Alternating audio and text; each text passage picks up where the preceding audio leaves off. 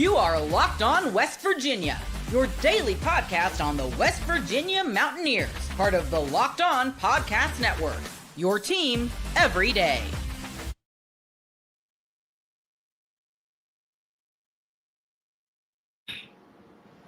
What is up, guys? Welcome back in. My name is Mountaineer Paul. I am your host. This is Locked On West Virginia. And look, on this episode of Locked On West Virginia, there's a new ranking out, and Tracy Eaglestaff has been picked way over Tucker DeVries, and Indiana fans are not happy.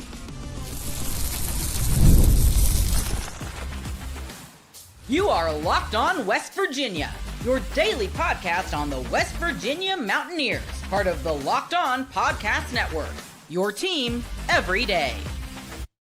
All right, let's do it again. What is up, guys? Welcome back in. My name is Mountaineer Paul. I am your host. This is Locked On West Virginia, baby, where we're talking basketball today, some football on the back end. We got a lot to get to.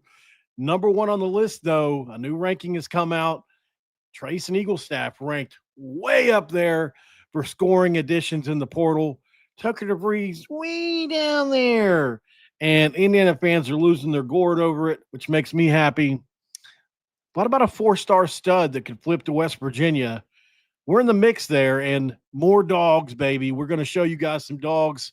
2 pass rushers today that West Virginia picked up in the transfer portal that I haven't shown yet, or at least I don't think I have, because I maybe once when they committed. But outside of that, we haven't talked about these guys very much. And I'm excited about both of them because Marshawn Oxley and Keenan Eck, both 2 big-time guys that have played at the Division I level in the past, went down to JUCO. They're on bounce-back contracts, basically. So it's going to be nice to watch them grow in Mountaineer field this year. So let's get to it, man. I'm going to read this to you guys, or at least some of it, and I'll just read the 3 most important parts. We'll get to the opening, and then we'll get to what they say about the respective players. So this is the top scoring threats out of the portal for 2025. Hey, college basketball fans, this is the definitive ranking of the top scoring threats added through the transfer portal for 2025 offseason. And with the transfer market hotter than ever, we've scoured the stats, we've watched the tape, and talked to the scouts to bring you the players ready to light up scoreboards in their new homes. From mid-major standouts to high-major steals, these are the names you need to know as we head into the new season. Let's dive in and see who's set to dominate in 2025. And there's 50 guys. At number 35, you've got Tucker DeVries. Tucker DeVries lands at number 35 on our list of top scoring threats added through the portal this offseason. A surprisingly low spot for a player who was once a mid-major superstar at Drake. The reason he's down here is simple. He barely played last year at West Virginia. Some West Virginia fans, as we know, don't believe that. We think he probably could have played, right? With an upper body injury limiting to only just 8 games, there's real uncertainty about whether he'll return as the same player who averaged 21.6 points per game in the Missouri Valley Conference. DeVries did show flashes of his old self last year, like a 26-point outburst against then 24 Arizona, but scouts are hesitant given his lack of recent reps. Still, he's got an old golden opportunity with his dad in Indiana, where he's surrounded by a tremendous supporting cast, top-tier passing, ton of players, and it's naming here, former AAC Player of the Year, it says, should get him plenty of open looks, and if DeVries can shake off the rust, he could climb back into the conversation into the Big Ten. So at number 8 on this list, guys, Trace and Eaglestaff. Yeah, that's right, number 8. Pretty dang good if you ask me. 27 spots higher, I'll take that. Trace and Eaglestaff storms into our list, and while he may be new to you, he's not new to us. And it's no shock why this WVU newcomer is turning heads. Eaglestaff's massive scoring displays last season at North Dakota put him in a league of his own. Think 40 points against Alabama and a tight 7-point loss, showing that he can ball against the SEC elites. And what about a jaw-dropping 51 points in a Summit League tournament game upset over South Dakota State? the most by any Division I player last year. Those electric performances had high majors like Kentucky, Michigan, and Gonzaga in a frenzy to land him before he chose South Carolina and then West Virginia. Eaglestaff's knack for taking over games with the scoring makes him a nightmare for defenses, and he's poised to be a game changer for the Mountaineers in the Big 12. So very interesting comments there. And I'll tell you, it gave me an idea for a show. This is the funniest thing is I had already thought of this yesterday or something the day before. I thought about doing a comparison, but I didn't really have any basis for it. Now I do. So I'm going to show a little bit of tape. We're going to watch both players a little bit. And then I'm going to give my opinion on, is this right? Is Eaglestaff a better scorer, and is he a better player than Tucker DeVries? Those are two different things, right? If you're just a scorer and play no defense, then you're probably not a great player, a great scorer, right? Not saying Eaglestaff is that. I'm just saying in general. So let's get to the tape, and I'm going to go right to what was dropped here the last couple of days. And if you didn't know, guys, by the way, Tucker DeVries has been eligible. He's been named eligible for this upcoming season, which we're not shocked with the Indiana money that happened. And look, he did miss most of the season, and he didn't play in the amount of games that would, make him knocked out of that. So, I mean, it's legal, it's not like it's illegal or anything like that, but you want to see the workout footage from Tucker DeVries here. Just a couple months after he was supposedly not able to play anymore. Here we go. So this is workout footage from Tucker as early as today or yesterday, I believe.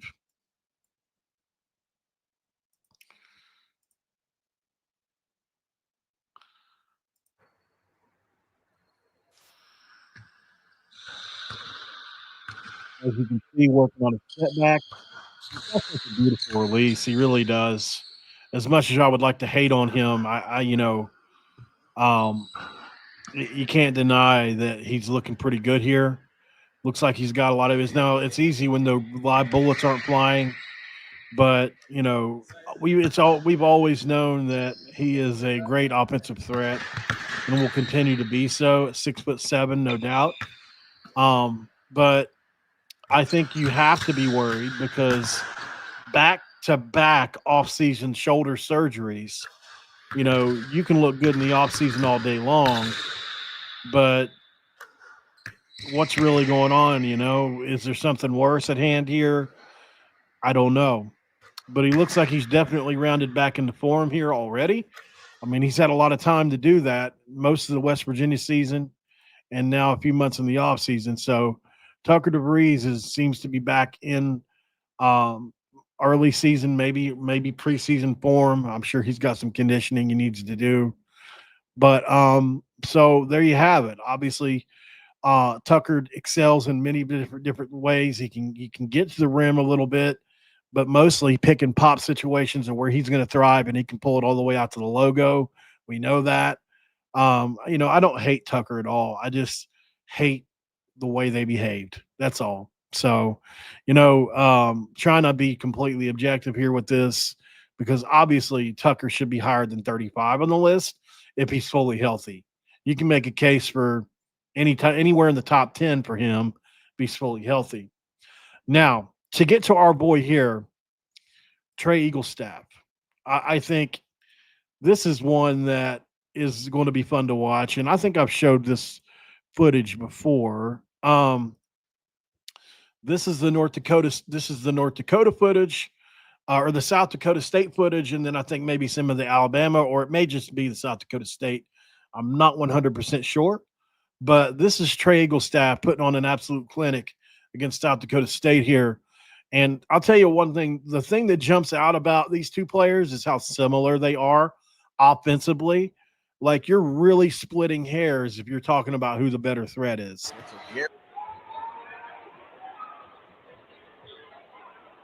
As you can see, he's able to get to the rim. There he is on almost a full run. There's the crossover pull. Here he is from way deep, just like Tucker. Look at the step back here from inside the arc, about 3 feet, is where his foot starts. And look where he ends up. 3 feet. So he basically, his step back jumper, just to give you perspective on the step back jumper this kid has, it moves him 6 feet, the size of an average person or a little bit bigger. That's how far back he moves whenever he does a step back. And then add on to the fact that he's 6'5", 6'6", with extremely long arms and a quick release. No wonder such a deadly shot for him. Step back. I mean, just look. This kid has no chance to recover. This step back, look at the space. It's ridiculous, right? And then how quickly he releases this thing. Eaglestaff. No chance. No chance. 2 from the field. Here he is again behind the back step back. That's a beautiful. I don't think I caught this one before. So, and this is a lot of what his game is. You know, he's got a pretty quick first step, and he'll use that in his advantage. But what he'll do off of that is a lot of this, like this right here.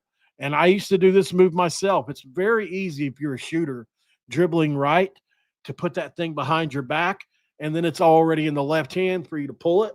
I used to love this shot myself. Not to this level, but you know, this is and he stepped back off of it, so pretty cool. Crossover with the hand right in his face.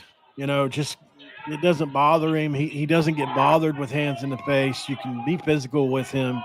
He's a lot more wiry, strong than people realize. And then the quick release, man. I think I bring it up every time we watch him. It strikes me just his release every time we watch it because of how quick it is and how pretty it is. I don't know who the better shooter is. You're really splitting hairs. I think pre-injury, you got to give it to Tucker, just barely. But I would say Trey has a few more bags, a few more tricks in his bag than Tucker as well from a dribbling, from a dribbling, cutting, penetrating kind of standpoint. He can get to the lane better than Tucker can, in my opinion. So they're not exactly the same because I think Trey can dribble it more and does. Tucker is usually he's either going to the rim or he's taking 1 or 2 bounces and shooting it, as to where you'll see Trey dribble around a little bit. He'll try to pull these crossovers off, and behind the backs and different things to try to get these crafty moves off. So they are different in how they get their shots, but ultimately they're both snipers that shoot 40-ish% from 3 that can absolutely spray it from really, really deep. They played against similar levels of competition and been successful. Although you look at what Eaglestaff did against Alabama, Tucker's never done that. Not against that kind of competition yet. So in the Big Ten this year, he's going to have plenty of chances. Now, obviously Arizona and all those, like he had some big games, but not a 40-point game, not 51, sorry. Not a 40-point game against Alabama when you're the best player on the team and it's not close and they're still sending 2 at you and you're still getting it. That's what I think separates these two and why I think Trey Eaglestaff really is the better scorer. I'm not just saying that. I think he's the better scorer, maybe not the better shooter overall. I think you got to give Tucker an edge on the shooting because he's got such great long distance shooting ability, way, way out. I mean, Tucker shoots them from here and out here and makes them consistently. And Eaglestaff does that too, but not as often as Tucker. So I give Tucker the shooting edge. I give Trey the overall edge. And then if you're talking about defense, that's a tougher one. I have to give Tucker the edge on defense, just barely, because Tucker is so smart in passing lanes and things like that. And it was on display for us last year. I was actually shocked at how much of a glue player he was for us last year. I really was. So, I'm happy to have Trey. I think Trey's going to turn into an elite player for us this year. I think he deserves to be on this list where he is. And I won't be shocked at all if he does even more with it going forward and with better players around him. So really looking forward to seeing what he looks like, guys. Let me know in the comments below. Who do you like better as a player if you can take the bias out of the situation? See, this is what I'm talking about with this. Tucker really doesn't do this as much. Look at this big crossover right here and how much space it gives him to shoot. So, boom, he's already in his shooting pocket right there. That left hand, that's right where he needs it to be, really. He's just got to pull it up and pull the trigger, and that's what he does. And it's such a beautiful shot the way it goes in. But as you can see, he shoots it. And here's another thing that makes his game so elite. Both of these shots almost all these shots are coming off the dribble. Do you know how many great shooters need to come off a screen? They need to pick and pop. They need to have a rebound inside out rebound tossed out to them. Very few guys can shoot this great off the bounce. And that's what makes him an NBA prospect, in my opinion, is his ability to do this and shoot off the bounce, because it makes you so much more dangerous. So much more dangerous. And he does it over and over again. There it is again off the bounce. There it is again off the bounce. So, it's just one of those things, man. Another off the bounce. I mean, almost all these shots are off the bounce.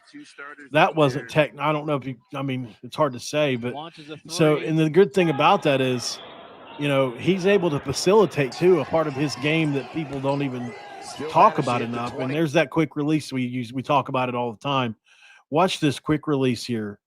This is a turnaround at the elbow, and look how quickly he gets rid of that. It's not your typical follow through. From the, watch how quick. Boom. Really quick release. So anyways, guys, I think the Eaglestaff absolutely deserves to be where he's at, but I think that Tucker is certainly in that conversation if healthy. Health matters, availability matters. So I give the edge to Trey, but Tucker could absolutely creep back up in there. But I think we're all happy to have Trey, and I think he's happy to be here. So we're going to try to get him on the show, by the way. You guys know I had his high school head coach on, and he was on vacation when I talked to him last week, but we're going to try to get him on. So we'll see what happens there. No promises, because I don't want to say publicly exactly what's going on, but certain people aren't making it easier for me to get these interviews anymore. Not burners or anything. It's like actual people that have power, and I'm not saying any names or anything like that. It's just, I'm not credentialed, so it's a little bit different for me sometimes. Anyways, let's go to break here. On the other side, boy, do we have something to talk about on this one, because we got a 4-star stud that can flip to West Virginia. Very possible. And we got more dogs to talk about. That and more on this episode of Locked On West Virginia. Stick around. And this episode of Locked On West Virginia is going to be brought to you by Monarch Money. On this episode, we talk about Monarch Money today because if you want to decide between dining out, online shopping, and entertainment, well, it's going to be easy to lose track for you. And that's where Monarch Money can come in. Your personal CFO, giving you full visibility and control over your finances. It's not just a budgeting app. It's a complete financial command center where you can track all your accounts, investments, and spending in one easy, convenient place, so you can stop managing your money and building your wealth. And look, if you want the easy collaboration, that's fine. You can have it. Managing money with your partner or lover is smoother than ever, and you can track shared and personal accounts, set goals, and stay on the same page without the stress. Take control of your finances with Monarch Money. Use code LOCKEDONCollege at monarchmoney.com for 50% off your first year. That's monarchmoney.com/LockedOnCollege for 50% off your first year. And it's segment 2. Let's crack a Baja Blast stew. And you know what happens when we get one of these out? If Zion Legree somehow flips to West Virginia, you can Baja Blast my ass into the sun. For sure. Absolutely. No doubt about it. That's right, Chad. Right into the sun, Eric. Let's crack a do for segment 2. You love me and I love you. It rhymes. I'm happy. All right. So We got rid of the Tucker DeVries segment. Got rid of it. Good Lord, that was a horrible way to say that. We're past that. So let's move on here to a possible 4-star addition, which I almost, labeled the show for here. This is per Rivals.com, John Garcia, national recruiting analyst. Rivals 250 wide receiver Zion Legree sets multiple official visits after decommitment. So this kid's decommitted from Ole Miss and is in the process of visiting. You see it here, Wisconsin and West Virginia, June 13th and June 20th. And, this is a kid that would be an absolute game changer. He is an insanely good player. Obviously, if an Ohio State jumps in with an official offer, it would probably be completely different, just like they're saying here. It's just the way that goes with them. If you can get Ohio State, you're likely going to Ohio State. You got Florida State, Mississippi State, and others can also talk to this kid on some things. But as you know, I'm going to have tape, right? We're going to watch this kid for a sec, see what the hubbub is about. I have not seen any tape on him yet. Haven't had time to watch. So we're going to be watching this all for the first time together. Stick with me here while we pull up this screen here. Zion Legree, rising junior, and I'm told an absolute speedster as well. Here he's in the slot, and he just gone straight by somebody, and he's gone. He's not even trying to run there, and he's outrunning everybody. Like, it's pretty obvious he's quick. He got some speed to his game here. And he's gone down the sideline. Same play, the other side, basically. And he's not trying again. Like, he's not trying. It's not like, I'm not just saying that. Like, he's running just fast enough not to be caught. And here he is on a little stop pattern, breaks a tackle, and he's definitely, oh yeah, he's got that long speed for sure. Like that one too. Here he's in the backfield. Okay, at running back. Now that's pretty cool. And he's gone. Pretty nice. Nicely done. Here he's at wide out again. A little hesitant. Yeah, like he's one of those guys that moves so much faster than he looks like he's moving. Here he is again, slot. Terrible route. I got to be honest. This route, not great. Watch him round this route off here. This route, I mean, he's going to have to get a lot tighter. And I've seen him on a couple routes. The stop route earlier was okay. Sometimes I look at these and I'm like, how are these kids rated so highly?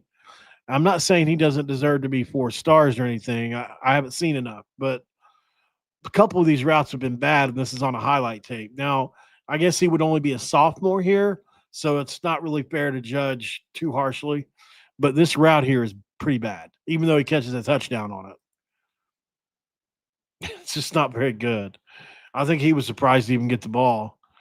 But, I mean, all kudos to him for getting it. Here he's again coming in motion. They flip it to him, and he just flips the field all the way around, and it looks like he's going to outrun everybody to the pylon. Nicely done there.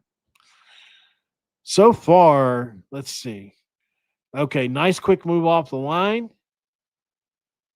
And he almost made it. That was a pretty nice play there.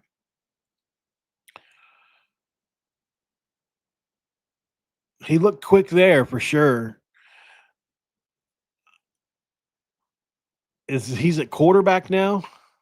What the heck's going on? What a horrible throw. Just got to be honest. That was a terrible throw. Here he is with the ball in his hands. Okay, now that's nice. That's pretty nice. A bunch of broken tackles on this play, and he's gone down the field. Overall, guys, I'll be honest here. He's a good player. Absolutely a good player. I don't know if he would be a Rich Rod type player or not based on some of this, but at the end of the day, look, he's so young. It's not fair for me to judge him harshly yet, but there's definitely some stuff on that film there that I don't necessarily like. the rounding off the routes. Some of those routes are really lazy. The jogging after he's wide open like that.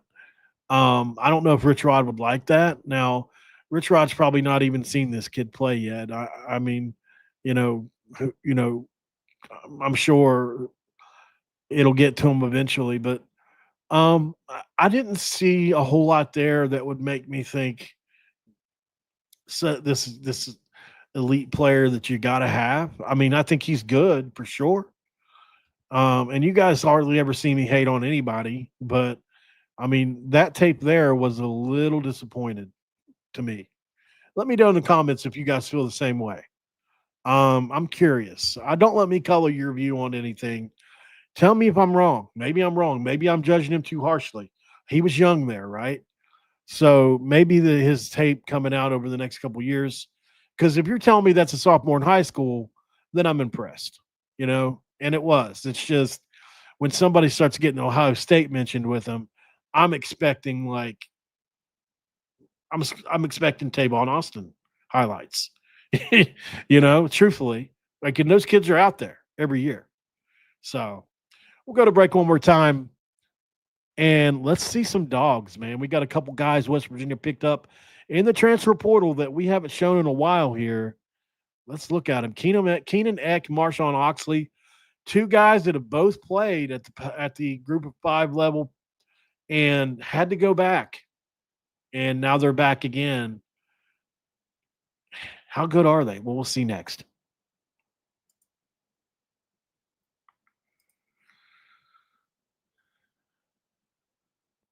All right, guys, we are back here in segment 3 in Locked On West Virginia.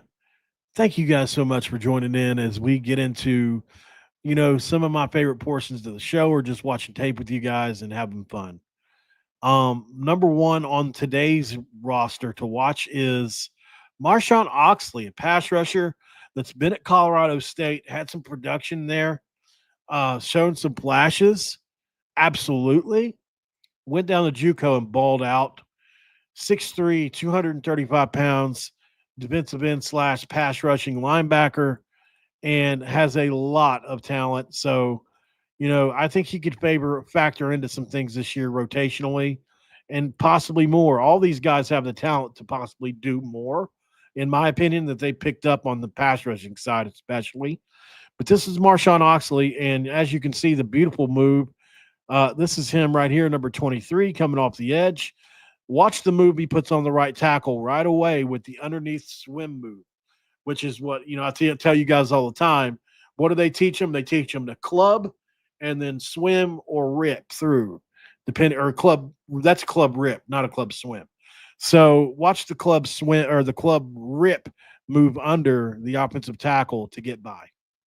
Club, right? There's club. Look at that left hand. It's back here. It's getting ready to rip under. Leverage, baby. And would have been a sack. Obviously, that must be practice footage. Oh, wow. He was there in a hurry there. So here he is off the edge here again against the right tackle this time. And looks like that one was kind of a weird play. He's definitely got a quick first step. So you see he takes he takes a pretty interesting route here to the quarterback. As you can see, he comes straight up the field. And this is something that I think a lot of, you could tell he's been coached at the group of 5 level or the Division I level by the way he takes his angle from pass rushing. A lot of guys, when you see them early on when they need some coaching, they'll directly engage with the tackle. It's just human nature, right? I'm going to smash into you, right? But pass rushing is different. You don't have to do that. You don't ever have to even touch the guy. You just need to get around him. You don't have to touch him to do that necessarily. So if I can come straight up the field and out angle you, well, I'll do that instead. So that's how you can tell just right off the bat, his angle towards the quarterback is one that's definitely been taught up. And watch how he does this. See the angle that this straight ahead pass rush gives him, and look at the way everybody's leaning to the left. He sees that already, and is making hay that way, gives you a lot of hope for him as an IQ guy too. And I mean, he's already there. This play's already made from him. I mean, he's at least at the very least affected at Gravely. Very nice play here. And look at the closing speed on the quarterback. Very impressive closing speed. Once again, Division I player showing up here on the footage. Watch once he realizes that running back doesn't have the ball. Watch the closing speed on this quarterback. Very impressive. That's a very impressive closing speed. Like to see that. Boy, he gets back there in a hurry, guys. He doesn't get blocked on this play. Okay, so it looks like this is on the guard. The guard should have known the defensive end was his assignment based on the call, I'm assuming here. Maybe it's the tackle spot. It's hard to tell without knowing, but basically this is a blown assignment, and he just squeezes right through probably the worst person you would want to have there. Now, here's something to think about.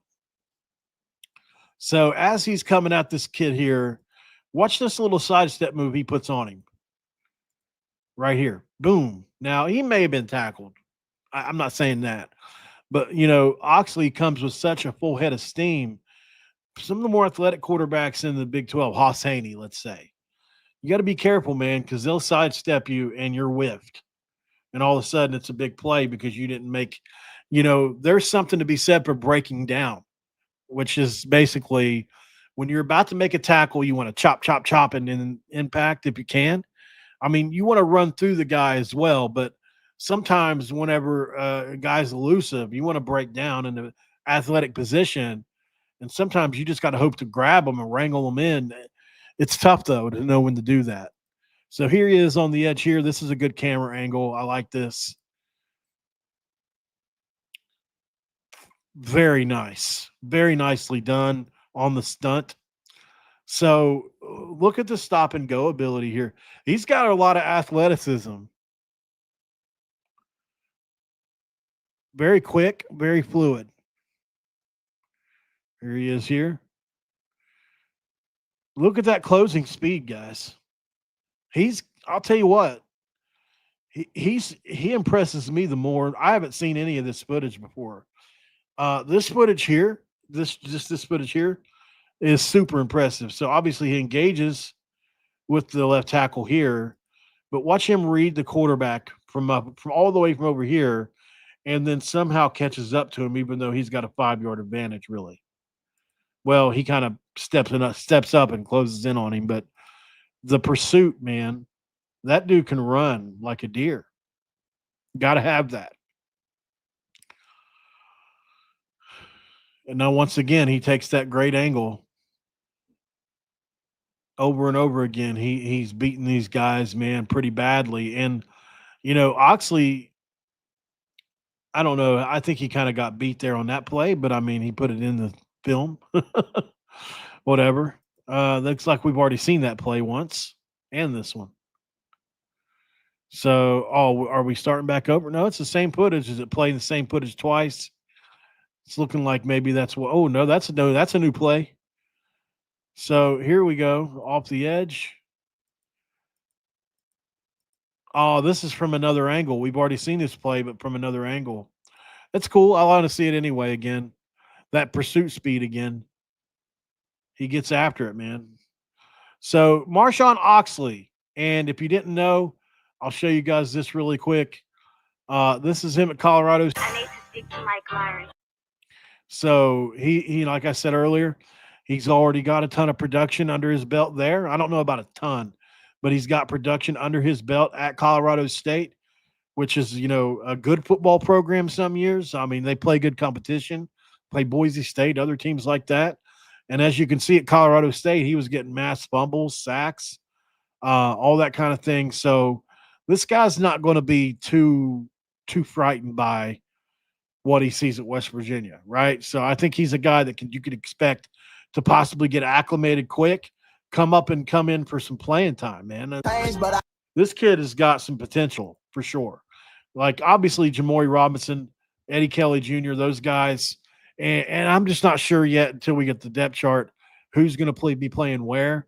because because I've seen some where they've got Robinson playing defensive end. You've seen some where he's standing up outside. Maybe they'll do both.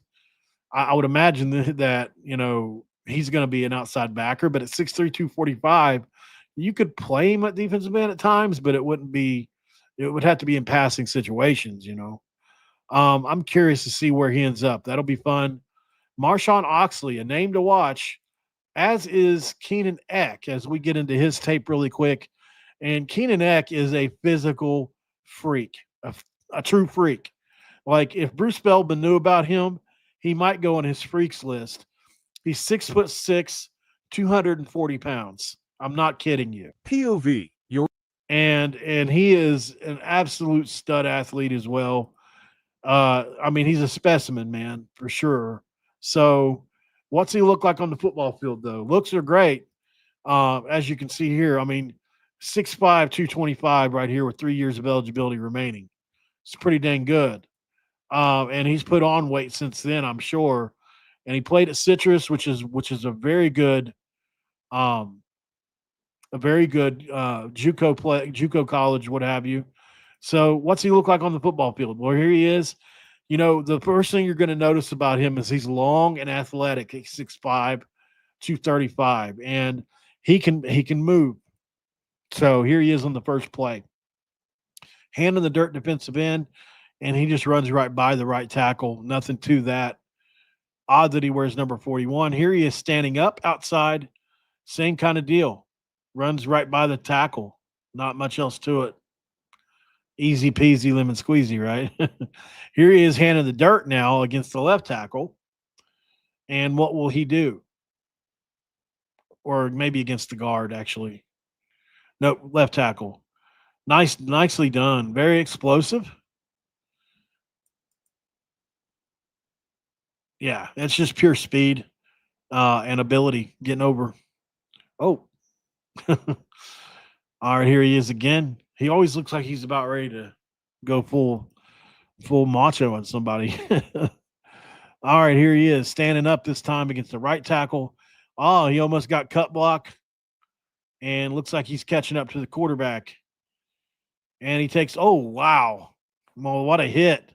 Look at that quarterback's arms. Did he do the thing where he was like locking up? Wow. There you go. That's what I want to see out of you right there. This play right here is exactly on the other footage you're watching him. This is what he does a lot of. So he is not as fluid a pass rusher as like Oxley, who we just watched. He's a good pass rusher. But what he really succeeds in, and I would love to see him put on another 30 pounds. I'd like to see him at about 250 or 260 personally, because he's very strong. And watch him with his hands. Once he gets into somebody and locks them out, and he's able to shed like nobody's business, that's where he's good, in my opinion. Engaging with blockers, unlike Oxley, who is going to try to stay away and get around guys with pass rush moves. This guy's more of a power guy. And watch him engage with the right tackle here and absolutely dominate him. I'm sorry, that's a running back. But even still, that's the kind of thing I'm saying, though. That running back had no shot. So that was a bad – I thought it was the right tackle first. But anyway, that's what we need. That's what I think he needs to do more of, is use some of that length. You're 6'5", you've got long arms. That gives you an advantage for sure. So Keenan Eck is another guy out of Citrus that, and he's got time left, so he's got time remaining. So it'll be really cool to see just what his career looks like at West Virginia. And I'm gonna be here for it, man. I like Keenan. I think he's got some potential. Here he is again off the edge. And this is the opposite end of that play where he got cut blocked twice. And then he about kills the quarterback here. Boom. Look, he's dead. All right, guys. Appreciate you for joining in on this one. This one was pretty fun. So we went over everything. We talked about the Eaglestaff versus DeVries debate. I would love to hear your guys' opinions on that down below. Like the video if you can before you go. Subscribe to the channel if you're new around here. And like and share the video out if you can, please. whether that's on X. If you hit the repost button, if you're watching this on X, just repost the video, please, wherever you're watching it. That would mean a whole lot to me. If you can't do that, then just like it, all that whole thing. Discord, by the way, we have a Discord server where we come together and talk pretty much. That's where for now, while it's the off season, like there's not a whole lot of intel going on, but there will be soon. And I've been talking to players about the workouts and what things are looking like. I got some intel in today, but I'm holding it back on who a few players think is performing well so far. So we're going to go with that too. That's going to be fun. And I'm going to try to get more opinions before we break that one out. So appreciate you guys. The website is not gone, but I stand to lose it if I don't do something about it pretty quick. Talking about WV Insiders. Yeah, I need help. I needed help with that, to be honest. I need somebody that can help me keep that thing maintained. It's a lot of work keeping a website up and running and actually doing everything that needs to be done with it. So I'm glad you reminded me because they're emailing me right now. AWS, Amazon Web Services, they're emailing me as we speak about it. So, all right, guys, I want to get off here. Thanks for joining in. Thanks for making Locked On West Virginia your first listen and for being a part of the Locked On Podcast Network. We talk about your team every single day. If you could do me another favor, though, guys, check out the portal over on YouTube. They do a great job. The Portal Report. Brian Smith has the latest rumors, portal entries, and signings, and you can be the most informed fan on the rapid changes in the college football landscape. Find the portal on YouTube or wherever you listen to your podcast. And I'll see you on the next one, guys. Once again, the Portal Report does a great job over there. All right, so I need to try to – I don't know if it'll let me do this while we're live on here, but I'm going to try to do something really quick. If you'll give me just 1 second here. Let's see. I don't think it's going to let me. That's a shame.